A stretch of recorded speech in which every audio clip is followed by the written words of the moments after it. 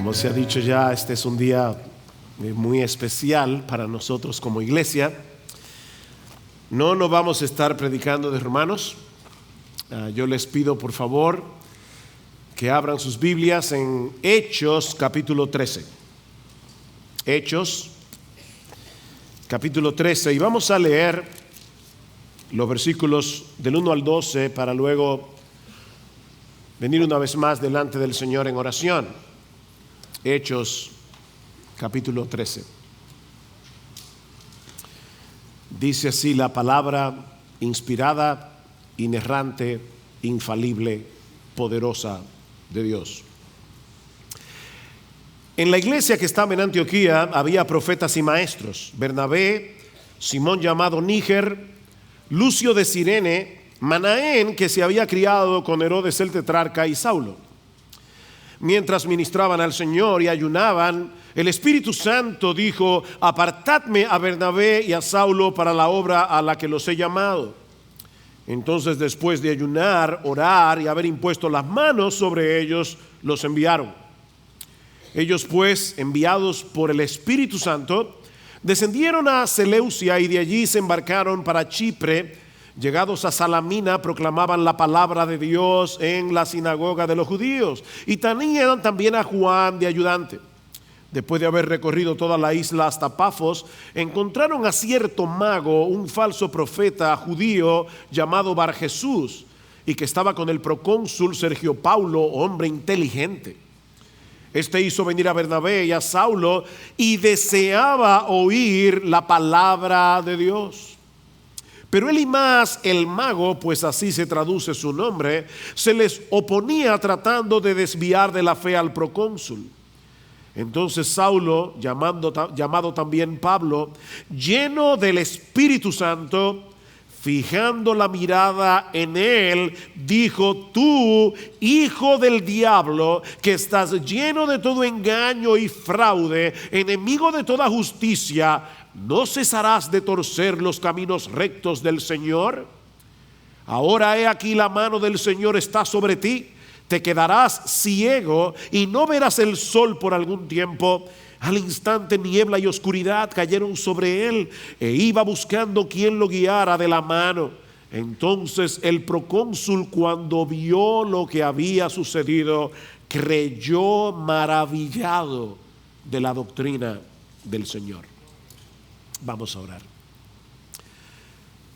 Padre, de nuevo nos acercamos a ti en esta mañana y queremos suplicarte, oh bendito Rey, que tú vengas a través de la palabra explicada en el día de hoy con poder, para que esto sirva de instrucción, sirva de ánimo, sirva de aliento a estos entrañables, a estos amados hermanos que en el día de hoy, junto con sus hijos, salen de nosotros encomendados por esta iglesia para establecer una nueva iglesia. Y nosotros te rogamos, Señor, que tú les hables en esta mañana, a ellos y a sus hijos. Nosotros te pedimos que tú les hables, Señor. Oh, pero también te rogamos, Padre bueno, que tú le hables a IBCJ, que tú le hables a esta iglesia que los envía, que tú nos instruyas, que tú nos animes. Oh Señor, que tú nos ayudes a ver a través de los ojos de Cristo lo que está sucediendo hoy aquí. Y cuál es el papel que nosotros como iglesia jugamos en todo esto. Ayúdanos, Señor. El predicador te necesita, tu iglesia te necesita. Ven, Señor. Ven y danos de tu gracia, porque te lo pedimos en el precioso nombre de Cristo. Amén y amén. Bueno, como hemos dicho ya, en la mañana de hoy vamos a estar encomendando a un grupo de hermanos de nuestra congregación que salen junto a dos de nuestros pastores para establecer una nueva iglesia en la urbanización El Renacimiento. ¿Qué nombre, verdad? Para poner una iglesia que se encuentra al oeste de la capital. Debo decir de entrada, y ya Alberto mencionó la palabra agridulce. Yo debo decir de entrada, mis hermanos, que nunca ha sido fácil para ninguna iglesia desprenderse de hermanos que son muy amados para enviarlos a ministrar en otro lugar. Y en este caso estamos hablando de dos de nuestros pastores, Eduardo y Rafael, que han servido fielmente en esta iglesia por mucho tiempo, y de 12 parejas que están saliendo con sus familias a servir con ellos como parte del equipo plantador, aparte de otros que se van a unir, ya sea porque viven en la zona o porque quieren apoyar el inicio de esta nueva obra. Eduardo y Patricia han sido miembros de esta iglesia por 38 años. Algunos de ustedes no tienen 38 años de edad. Bueno, ellos llegaron muy jóvenes, no es que ustedes son muy viejos, que ellos llegaron jóvenes. Y Eduardo tiene 35 de esos 38 años sirviendo en el cuerpo pastoral de esta iglesia. Mis hermanos, este hombre ha dado 35 años de su vida para servirles a ustedes, para servir a esta iglesia. Rafael y Glenny no llegaron al mismo tiempo a nuestra iglesia, pero ambos tienen más de 20 años en la membresía. Rafael 27 años en la membresía y fue elegido como pastor en el año 2012. En cuanto a los hermanos que están saliendo con ellos, algunos literalmente nacieron en esta iglesia. Bueno, esta no fue la sala de parto, pero nacieron aquí. De hecho, no podía dejar de pensar que cuando a Patricia la bautizamos en esta iglesia, ella estaba encinta de Rosalía. Ahora, por supuesto, ese bautismo no sirvió para ella. Ella tuvo que convertirse después. Y ahora resulta que Rosalía y Daniel también están saliendo a esta plantación. Pienso de verdad en Nica Marcel, pienso en otros, perdonen que se me van los nombres, pero que nacieron aquí. Elisa, Alejandro, nacieron aquí en esta iglesia. Debo aclarar que estos hermanos siguen siendo miembros de nuestra congregación. Ellos siguen siendo miembros hasta que la otra iglesia sea formalmente establecida en la voluntad de nuestro Dios. Así que en ese sentido, más que una despedida, en realidad los estamos encomendando en la gracia de Dios antes de dar este paso de fe. Hoy a las 5:30 de la tarde, por primera vez ellos se van a congregar en este nuevo lugar.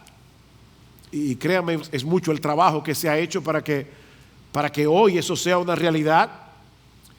Pero lo cierto es que a partir de ahora ellos ya no van a seguir congregándose regularmente en medio nuestro. Y eso definitivamente produce en nosotros una mezcla de tristeza, de mucha tristeza, créanme, y de gratitud al mismo tiempo. Bueno, tristeza por tener que desprendernos de hermanos que amamos entrañablemente, pero gratitud al Señor por concedernos como iglesia el privilegio, porque es un privilegio, de enviar a un grupo de los nuestros, a un grupo de nuestra familia, a establecer una nueva iglesia. Mis hermanos, la expansión del evangelio es una empresa que exige sacrificio, es una empresa que exige desprendimiento. Así ha sido a lo largo de toda la historia de la iglesia, como vemos en el pasaje que vamos a considerar en la mañana de hoy, en Hechos capítulo 13. Ahora, yo debo aclarar, otra aclaración, que no pretendemos equiparar la labor de Pablo y Bernabé como misioneros con el esfuerzo que estos hermanos están llevando a cabo a partir del día de hoy. Son dos cosas diferentes en cierto modo. Sin embargo, a pesar de las diferencias obvias entre un ministerio y el otro, hay al menos 4 enseñanzas que nosotros podemos extraer de este pasaje y que son pertinentes tanto para ellos que están saliendo a partir de hoy, como para nosotros como iglesia que los estamos enviando. Hay 4 enseñanzas aquí al menos. La primera es que el avance del evangelio es primariamente una obra de Dios, no de los hombres. La expansión del evangelio, la expansión del reino de Cristo en este mundo es primariamente una obra de Dios, no de los hombres. Es Dios el que mueve los hilos de la providencia para que las iglesias se multipliquen. Vean una vez más el versículo 13, dice: la iglesia que estaba en Antioquía,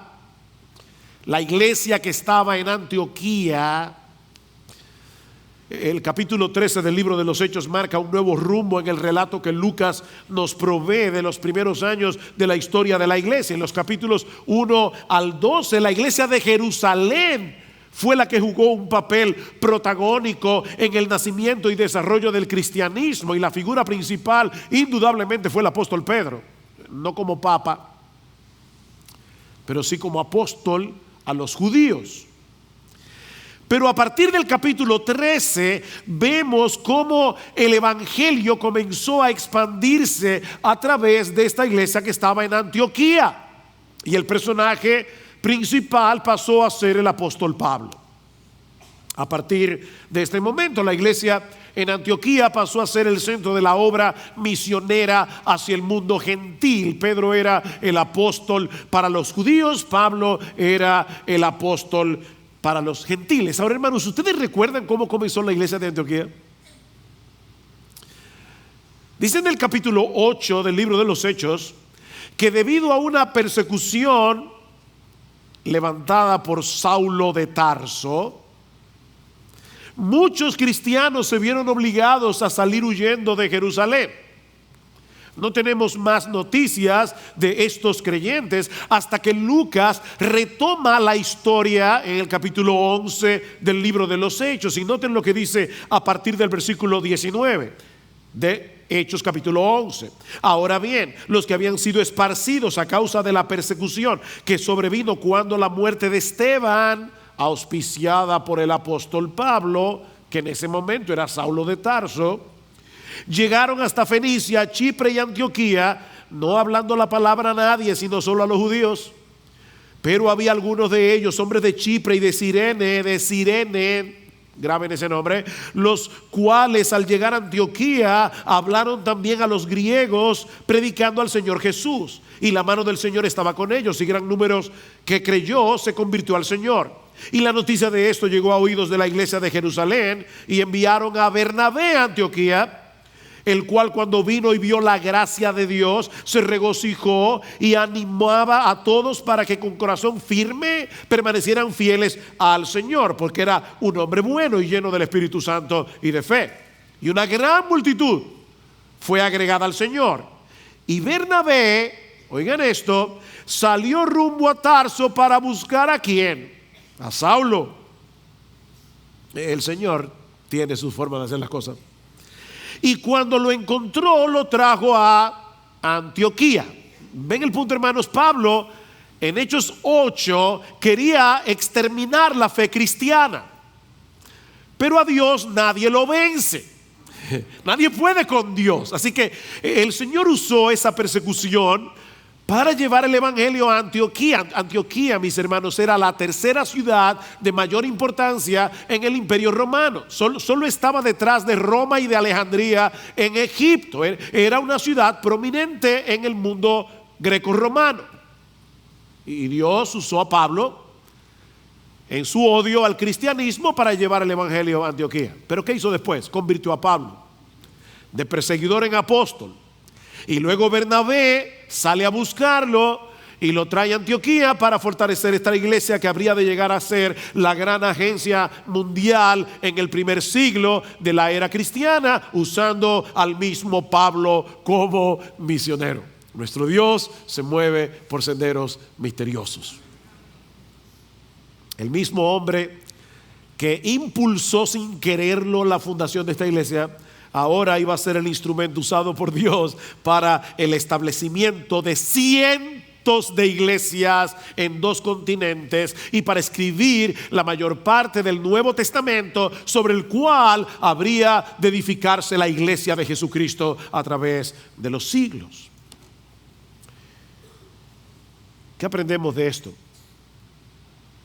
Hermanos amados, nosotros no sabemos de antemano lo que nuestro Dios es capaz de hacer con un grupo de cristianos comunes y corrientes que salen a predicar el evangelio.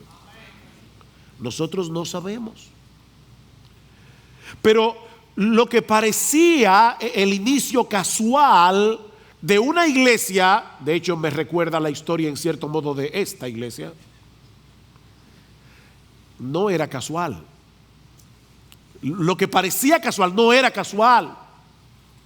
Eso estaba en la mente de Dios desde antes de la fundación del mundo, para que miles conocieran el evangelio a través del esfuerzo misionero de esta iglesia en Antioquía. Y aunque Dios no actúa de la misma manera con todos los que salen a establecer una iglesia, nosotros sí sabemos que Él honra a los que le honran y que su evangelio sigue siendo poder de Dios para salvación. Así que, mis hermanos, ¿quién sabe lo que Él tiene reservado para ustedes? ¿Quién sabe? O con aquellos hermanos que están trabajando en primavera, o con una de los nuestros que ahora se encuentra en Medio Oriente haciendo la obra misionera. ¿Quién sabe? Pero el anhelo de nuestro corazón es que esto genere un movimiento que siga replicándose en esta iglesia y en muchas otras iglesias para llevar el evangelio a todos los rincones de esta isla y aún más allá de sus fronteras. Nosotros queremos que esto genere una ola. El avance del evangelio es una idea de Dios, no de nosotros. Es Él el que la lleva a cabo. Sin embargo, y eso nos lleva de la mano a la segunda enseñanza que podemos extraer de este pasaje, Él lleva a cabo su obra a través de hombres que predican el evangelio de Cristo en dependencia del Espíritu Santo. Es Dios el que hace la obra, pero Él usa medios. Y los medios que Él suele usar son hombres que predican el evangelio en dependencia del Espíritu Santo. Mis hermanos, ¿cuál es la promesa de Cristo que encontramos en Mateo capítulo 16, versículo 18? Yo edificaré mi iglesia. Él no dice ustedes edificarán mi iglesia. Yo edificaré mi iglesia.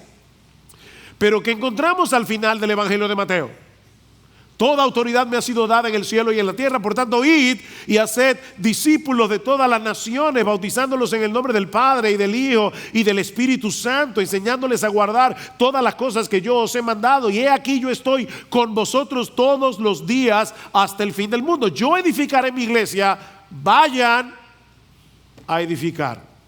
Vayan a predicar, vayan a ser discípulos hasta lo último de la tierra. Y como decíamos en el día de ayer en el entrenamiento que tuvimos con los líderes de grupos pequeños, ¿saben qué, mis amados hermanos? Cuando Cristo habló de lo último de la tierra, nosotros somos lo último de la tierra.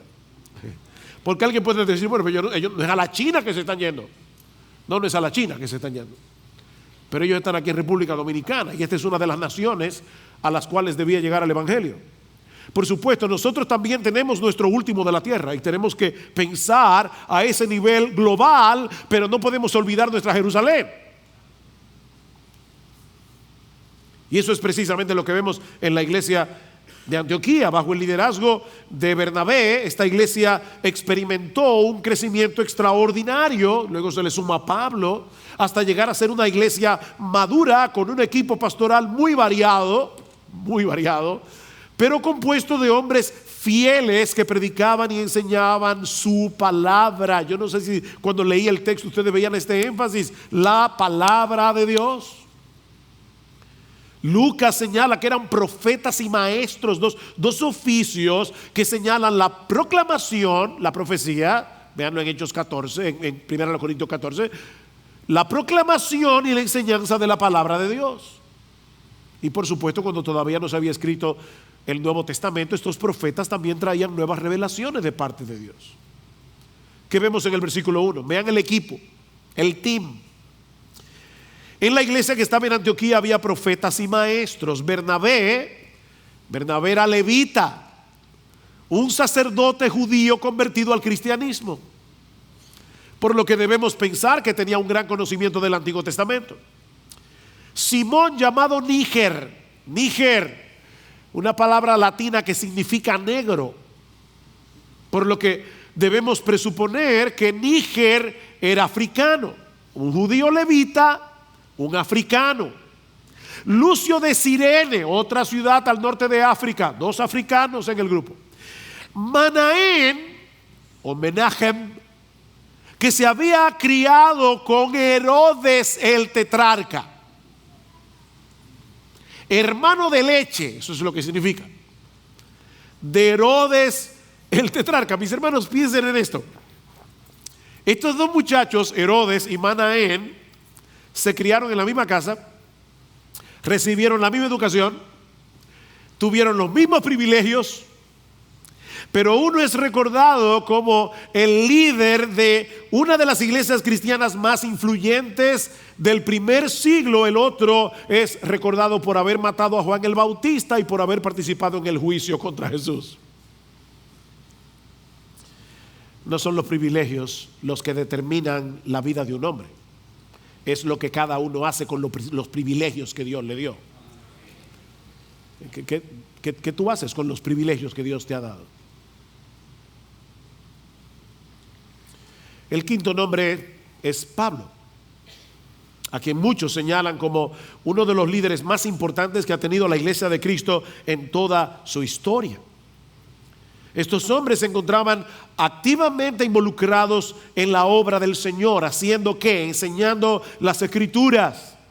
Ellos no estaban sentados en la iglesia cuando el Espíritu Santo reveló su voluntad. Es decir, el Espíritu de Dios nos está diciendo: déjame ver quién no está haciendo nada en la iglesia para llevármelo, porque los que están involucrados obviamente no lo podemos sacar.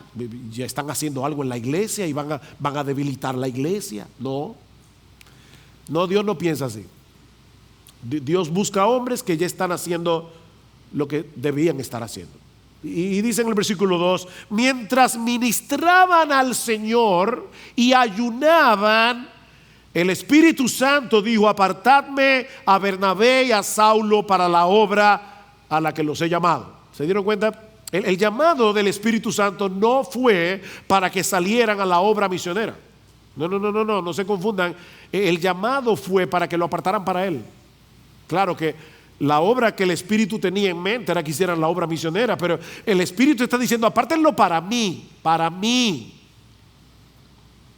Y mis hermanos, es extrema. Yo les pedí al pastor Eduardo que lo sentara usted adelante, porque yo quería decirles algunas cosas. Mis hermanos, es importante, es extremadamente importante que ustedes salgan de aquí con esa conciencia. Es a Cristo que ustedes les sirven al moverse hacia otro lugar para predicar el Evangelio. Nunca olviden eso, porque eso va a determinar vuestra motivación. Hay un dicho dominicano que dice que escoba nueva barre bien. Ustedes han estado súper involucrados, haciendo muchas cosas, y hermanos, alabamos a Dios. Se lo hemos dicho a los pastores en privado, ahora se lo decimos a ustedes en público. Damos gracias a Dios por el trabajo, por el esfuerzo, por el sacrificio que ustedes han estado haciendo para que esto sea una realidad. Pero ¿saben qué, mis hermanos? Esa adrenalina va a pasar algún día. Y cuando eso pase, recuerden que ustedes le sirven a Cristo. Le sirven a Cristo cuando están pasando cosas emocionantes. Le sirven a Cristo cuando no parece que está pasando nada. Porque va a llegar ese día y ustedes se van a sentir solos. Va a llegar ese día, y créanmelo, porque yo lo sé por experiencia propia. Porque no olviden que mi esposo y yo iniciamos el ministerio yéndonos a Puerto Plata a plantar una iglesia. Y la soledad, claro, ustedes se van en grupo, eso es una ventaja, pero la soledad fue nuestra compañera por muchos días y noches. Eso va a determinar vuestra motivación y eso va a determinar vuestro servicio, porque ustedes van a hacer lo que Cristo quiere que ustedes hagan. De hecho, noten el versículo 4. Luego de decir que la iglesia los envió, dice en el versículo 4, ellos pues, enviados por el Espíritu Santo, por fin, ¿quién los envió? ¿Fue la iglesia o fue el Espíritu Santo? Sí, las dos cosas. Fue el Espíritu Santo a través de la iglesia. En el caso particular de Pablo y Bernabé, el Espíritu Santo los estaba llamando a que comenzaran a servir como misioneros, ya no como pastores residentes en una congregación. ¿Y para hacer qué? Eso es interesante. Si leemos el resto del capítulo 13 y el capítulo 14 del libro de los Hechos, vamos a ver que ellos fueron llamados a predicar el evangelio a los perdidos, establecer iglesias con una pluralidad de pastores como había en Antioquía, eso lo vemos en Hechos 14:23, y edificar la fe de aquellos que habían creído. Pero ahora noten otra vez algo importante. ¿Qué estaban haciendo Pablo y Bernabé cuando fueron llamados? Estaban haciendo la obra del Señor en el contexto de esa iglesia local, predicando la palabra en dependencia del Espíritu Santo, ministrando estos al Señor y ayunando, dice el texto. ¿Ministrando estos a quién? ¿A la iglesia que estaba en Antioquía? No, ministrando al Señor. La palabra griega, liturgia, es la palabra que se usa aquí. Ellos estaban adorando al Señor, sirviendo en la iglesia. Era parte de su adoración servir a la iglesia. Una de las cosas que yo le ruego al Señor cada domingo es: Señor, permíteme, cuando voy a predicar tu palabra, recuérdame que te estoy adorando a ti mientras predico. Es un acto de adoración predicar la palabra de Dios. Es un acto de adoración predicar el evangelio. Ministrando estos al Señor. Ellos estaban sirviendo a Jesús mientras servían a la iglesia. Hay gente que hace una dicotomía con eso. Yo le sirvo a Jesús. ¿Y a qué iglesia tú perteneces? A ninguna. Porque Jesús está en todas partes. No, olvídate de eso. Olvídate de eso. El que no le sirve a la iglesia no le sirve a Jesús. Servirle a Jesús es servir a la iglesia, como perseguir a la iglesia es perseguir a Jesús. ¿Recuerdan a Pablo? ¿Por qué me persigues? Lucas está describiendo aquí a un grupo de hombres dedicados por entero a la obra de Dios cuando fueron llamados a otro tipo de ministerio. Como bien ha dicho alguien, Pablo y Bernabé no eran del tipo de hombres que una iglesia deja ir pensando que su partida no va a hacer ninguna diferencia. No, Pablo y Bernabé eran de esos hombres que cuando se van, uno tiene que respirar hondo y preguntarse: ¿y ahora? Es con ese tipo de hombres que Dios suele hacer su obra. ¿Ustedes se imaginan a la iglesia de Antioquía? Apartadme a Pablo y ¿a quién? ¿A Pablo? No, espérate. Vamos a orar otra vez. ¿Cómo van a ser las cosas cuando Pablo y Bernabé no estén aquí? Bueno, mis hermanos, si hay algo que nosotros sabemos es que nuestro Dios cuida a la iglesia y Él provee para su iglesia. Es por fe que andamos, no es por vista. Si nosotros tenemos la responsabilidad de hacer planes con prudencia y con sabiduría, pero ¿saben qué? No podemos pretender tener todas las cosas amarradas humanamente hablando antes de dar un paso, porque de ser así nunca vamos a hacer nada. ¿Saben qué sucedió en la iglesia de Antioquía después de la salida de Pablo y Bernabé? ¿Saben qué pasó? ¿Se destruyó la iglesia? No,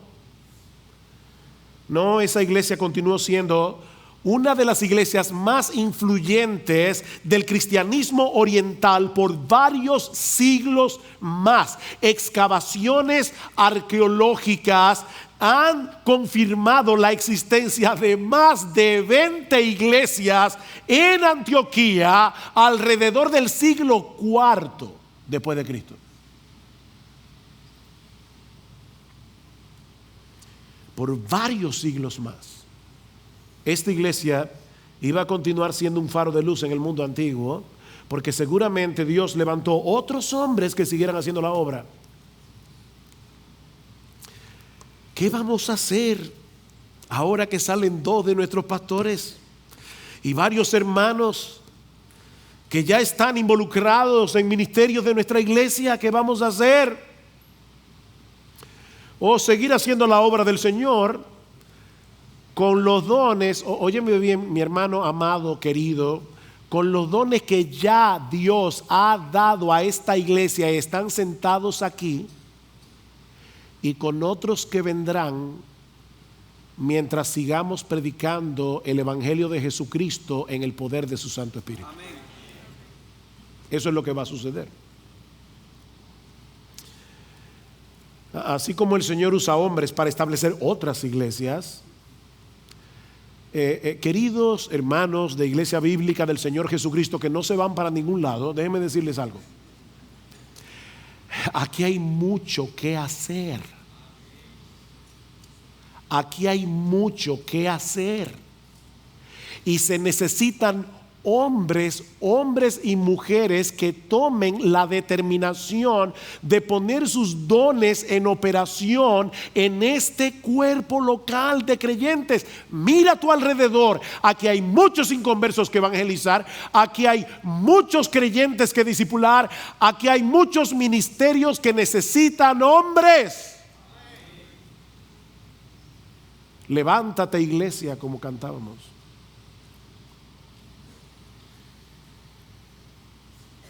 Yo estoy seguro que esos hombres están aquí sentados. Yo estoy seguro que los otros pastores que IBCJ necesita están aquí sentados. Yo estoy seguro de eso. ¿Saben que una de las cosas que suele ocurrir en las iglesias que se desprenden de sus dones para establecer otras iglesias es que Dios se encarga de que otros ocupen esos puestos vacíos? Dios se encarga de eso. Y yo espero que algunos de ustedes comiencen a estar inquietos hoy aquí, porque yo quiero que el Espíritu Santo los inquiete. Y antes que esperar que los llamen, que ustedes mismos vengan y digan, ¿qué hay que hacer? Heme aquí, Señor, envíame a mí. Cuando Isaías dijo eso, él no sabía qué. Él solamente escuchó la voz del Señor que dijo, ¿a quién enviaré y quién irá por nosotros? Él le preguntó, ¿a dónde? ¿Hacer qué? No. Heme aquí, Señor, envíame a mí a lo que sea. Envíame a mí. Y eso nos lleva a nuestro tercer encabezado. Y es que Dios hace su obra con iglesias que están dispuestas a dar sacrificialmente lo que tienen para establecer otras iglesias. Versículo 2. Mientras ministraban al Señor y ayunaban, el Espíritu Santo dijo, apartadme a Bernabé y a Saulo para la obra que los he llamado. Entonces, después de ayunar, orar y haber impuesto las manos sobre ellos, los enviaron. Nosotros no sabemos cómo fue que el Espíritu Santo dio a conocer su voluntad a la iglesia en Antioquía, pero podemos suponer que fue a través precisamente de uno de los profetas que habían allí. Ahora, una vez esta iglesia conoció la voluntad de Dios, apartadme a Saulo y a Bernabé, ¿qué hicieron ellos? Mira, ¿qué tal si nosotros esperamos un poco para elegir a 2 pastores antes de que se vayan estos 2? Suena lógico. ¿Por qué no esperar un poco? ¿Eso fue lo que hicieron ellos? No. ¿Cómo reaccionó la iglesia? Bueno, Lucas nos dice que hicieron 3 cosas en el versículo 13. Es increíble, ese versículo tan breve dice tantas cosas. En primer lugar nos dice que oraron y ayunaron para encomendar a estos hermanos. Ven, oraron y ayunaron. No fue una simple oración de compromiso. Fue un verdadero clamor de necesidad delante de Dios a favor de estos hermanos, Pablo y Bernabé. Esta iglesia tenía una plena conciencia de la labor a la que Pablo y Bernabé habían sido llamados. ¿Y qué hicieron? Se dedicaron a buscar el rostro de Dios en ayuno y oración. Es obvio, mis hermanos, que la confianza de esta iglesia no descansaba en los dones de Pablo y Bernabé, que por cierto tenían muchos. No ha habido un predicador más grande en toda la historia de la iglesia después de Jesús que el apóstol Pablo. ¿Y qué les decía Pablo en sus cartas a las iglesias? Por favor, oren por mí. Pablo, por favor, oren por mí. Les ruego, Romanos capítulo 15, versículo 30.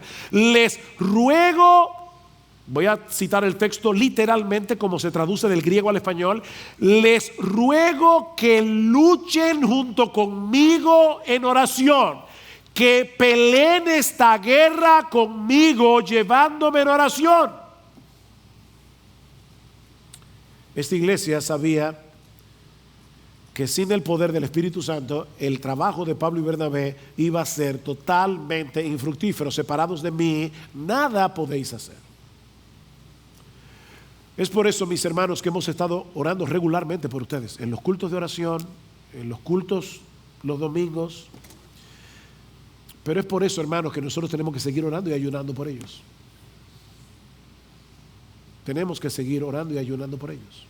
Ellos van a invadir la casa del hombre fuerte para saquear sus bienes, para libertar a los cautivos del diablo con el poder del evangelio. Mis hermanos, si de verdad amamos el reino de Dios, si de verdad amamos la salvación de los perdidos, la edificación de los creyentes, no dejemos de orar por nuestros hermanos, porque ellos son totalmente incapaces de hacer la obra sin la ayuda del Señor. En segundo lugar, dice que les impusieron las manos. Después de ayunar, orar y haber impuesto las manos, la ceremonia de imposición de manos no confiere ninguna gracia especial, pero es una forma de confirmación, es una forma de identificación de parte de la iglesia con la labor de aquellos que salen. Cuando los líderes de la iglesia de Antioquía impusieron las manos sobre Pablo y Bernabé, estaban confirmando públicamente el llamado de Dios a la obra misionera. Se estaban identificando plenamente con ellos en su llamado. Es como si toda la iglesia se estuviera comprometiendo a ir junto a estos misioneros en el trabajo que se les había encomendado. Y eso es exactamente lo que nosotros queremos hacer con nuestros hermanos en el día de hoy. Como decía al principio, no los estamos despidiendo, pero sí los estamos encomendando a la gracia de Dios. Nosotros queremos decirles, mis hermanos pastores Eduardo, Rafael, nosotros queremos decirles que ustedes no están saliendo solos, que tanto nuestras oraciones como nuestros recursos van con ustedes. ¿Oyeron? No son mis oraciones y mis recursos, que no son muchos. Nuestras oraciones y nuestros recursos van con ellos. Oh, mis hermanos, este es un proyecto de IBCJ, no es un proyecto de Eduardo y Rafael, no es un proyecto de este grupo de hermanos. Este es un proyecto de fe de iglesia bíblica del Señor Jesucristo. Y los despidieron. Es lo tercero que dice Lucas. Los despidieron. Uy, esa palabra significa liberarlos, soltarlos, dejarlos ir. Y aunque Lucas no nos provee ninguna información acerca del estado emocional en que se encontraba la iglesia en ese momento o cómo estaban Pablo y Bernabé, debemos suponer que fue un momento difícil para ellos. Bernabé fue el primer pastor que tuvo esta iglesia y Pablo el segundo. Habían estado sirviendo por años en esta congregación y seguramente habían desarrollado lazos afectivos muy profundos con las familias de esta iglesia. Pero ahora Pablo y Bernabé debían cortar el cordón umbilical. Ellos, en obediencia al Señor, la iglesia de Antioquía debía dejarlos ir.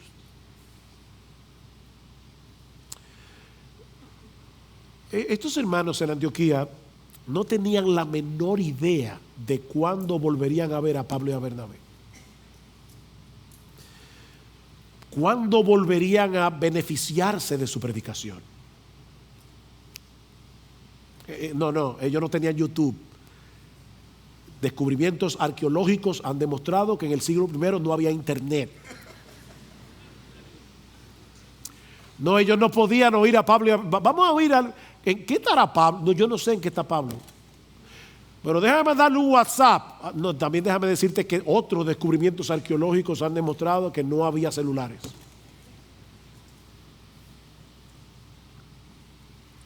Mis hermanos, esta iglesia se estaba desprendiendo literalmente de estos hombres para que el evangelio de Cristo continuara expandiéndose a través de todo el imperio romano. Ellos sabían que los planes de Dios eran mejores que los suyos y que era Dios mismo el que había decidido remover a Pablo y a Bernabé. ¿Recuerdan el versículo 4? Ellos pues enviados por el Espíritu Santo.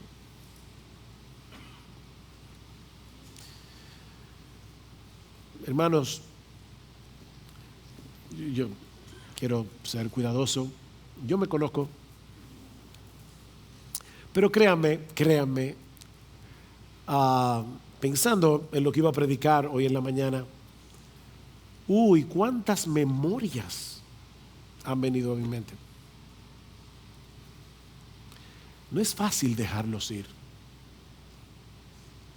pero quiero que sepan que los estamos dejando ir. Con tristeza y con gozo a la vez. Con tristeza y con gozo a la vez. Ustedes son hermanos muy amados, pero los estamos dejando ir.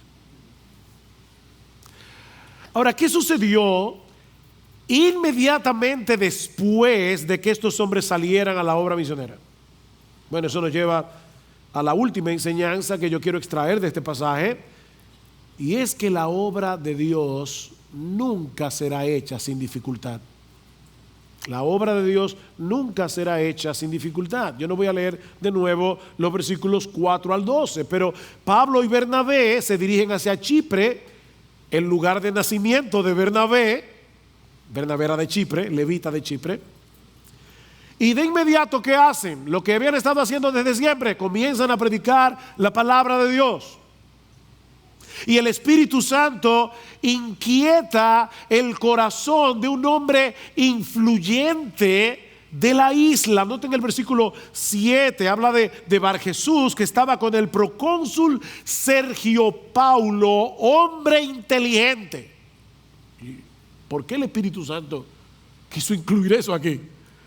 Este hombre era procónsul y era inteligente, no era cualquier hombre, pero estaba perdido. Estaba muerto en sus delitos y pecados.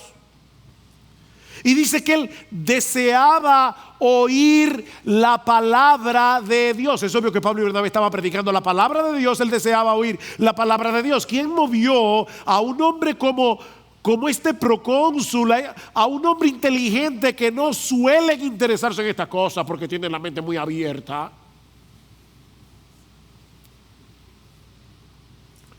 ¿Qué lo movió? El Espíritu Santo. El Espíritu Santo. Es por eso que en un momento, cuando los pastores vengan aquí arriba y vamos a hacer algo al final de este servicio, una de las cosas por las que vamos a orar es por los que van a oír la palabra ya por medio de ellos.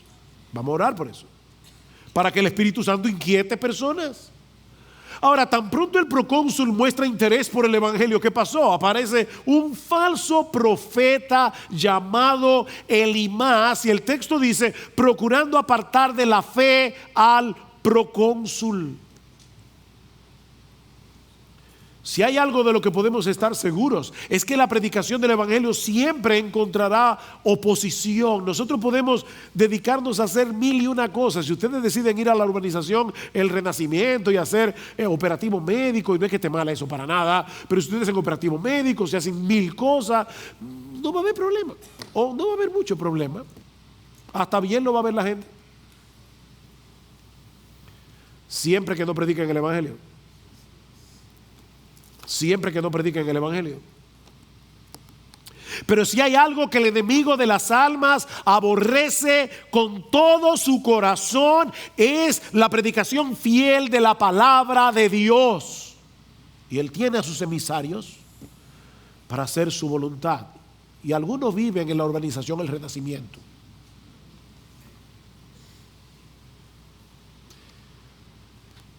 En Chipre era este hombre que, óigame, irónicamente se llama Bar Jesús. ¿Qué nombre? Hijo de salvación se llama.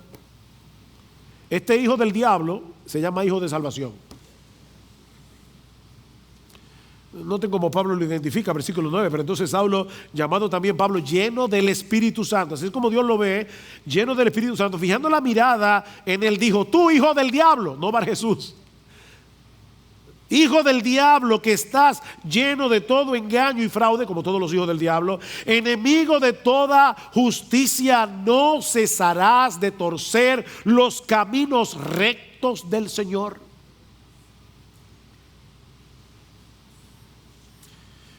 Este hombre probablemente veía la predicación del evangelio como un problema personal, porque si el procónsul se convertía, ya él no iba a seguir usando los servicios del IMAS. ¿Se dan cuenta? El evangelio era un problema personal para este hombre. Iba a cesar su fuente de ganancia con el procónsul. Y de paso, no deja de ser interesante que este hombre era inteligente y tenía un brujo al lado, porque la inteligencia del mundo no es como la de Dios. ¿Se dan cuenta? Era inteligente, pero tenía un mago de consejero, un hombre inteligente.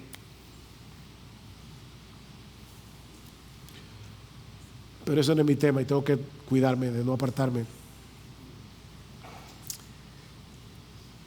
Este hombre estaba tratando de apartar de la fe al procónsul, pero Cristo prometió que las puertas del Hades no prevalecerán contra la iglesia. Ahí está el diablo defendiendo su ciudadela, ahí está el diablo defendiendo su castillo para que los cristianos no penetren y le quiten a los suyos, liberten a los cautivos para que vengan a ser siervos de Jesús. Pero con Dios nadie puede. Nadie puede. Versículo 12. Entonces el procónsul, cuando vio lo que había sucedido, creyó maravillado de la doctrina del Señor. La estratagema de Elimas para apartar de la fe al procónsul fue lo que Dios usó para manifestar su poder en una forma más clara y traer a la fe de Cristo a este hombre. Queridos hermanos, yo no pretendo ser profeta, pero déjenme profetizarles algo.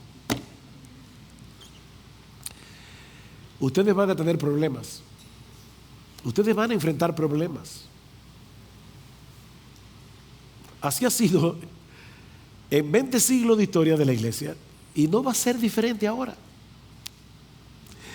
Pero cuando eso ocurra, cuando vengan los problemas, no solo se acuerden de mí, cuando lleguen los problemas, y de hecho los problemas, esto sí que no lo estoy vaticinando, no, eso no, pero los problemas vinieron de adentro y de fuera, porque si ustedes siguen leyendo el texto, lo que pasa es que no tengo tiempo, van a ver que Lucas insiste que ellos se llevaron a Juan Marcos. Y en el versículo 13 Juan Marcos se va para Jerusalén, a casa de mami. Y eso mañana crea un problema entre Pablo y Bernabé. O sea que había problemas adentro, afuera. Pero Dios siempre gana. Dios siempre gana. Y ese Juan Marcos fue el que escribió el Evangelio de Marcos. Y el mismo hombre al que Pablo tiene que decir más tarde: envíame a Juan Marcos porque me es útil para el ministerio. La historia de Juan Marcos no terminó ahí, gracias al Señor. Pero lo que quiero decir es, mis hermanos, que va a haber problemas. Pero cuando eso ocurra, no olviden que nuestro bendito Señor y Salvador ha prometido estar con nosotros todos los días hasta el fin del mundo mientras llevamos a cabo la gran comisión. Todas las huestes del infierno que se oponen al evangelio del reino de Dios no podrán apagar ese fuego, no podrán detener el avance de la iglesia, porque nosotros servimos a un Dios todopoderoso y tenemos un arma que nadie ni nada puede detener: el glorioso evangelio de Jesús.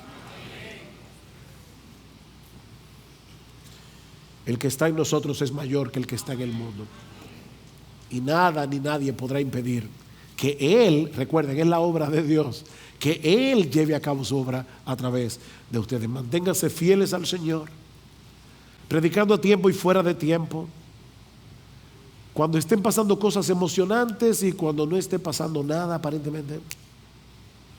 Dependan de Él, no de sus propios dones y capacidades, y Él se encargará de magnificar su poder en medio de ustedes a pesar de nuestras debilidades.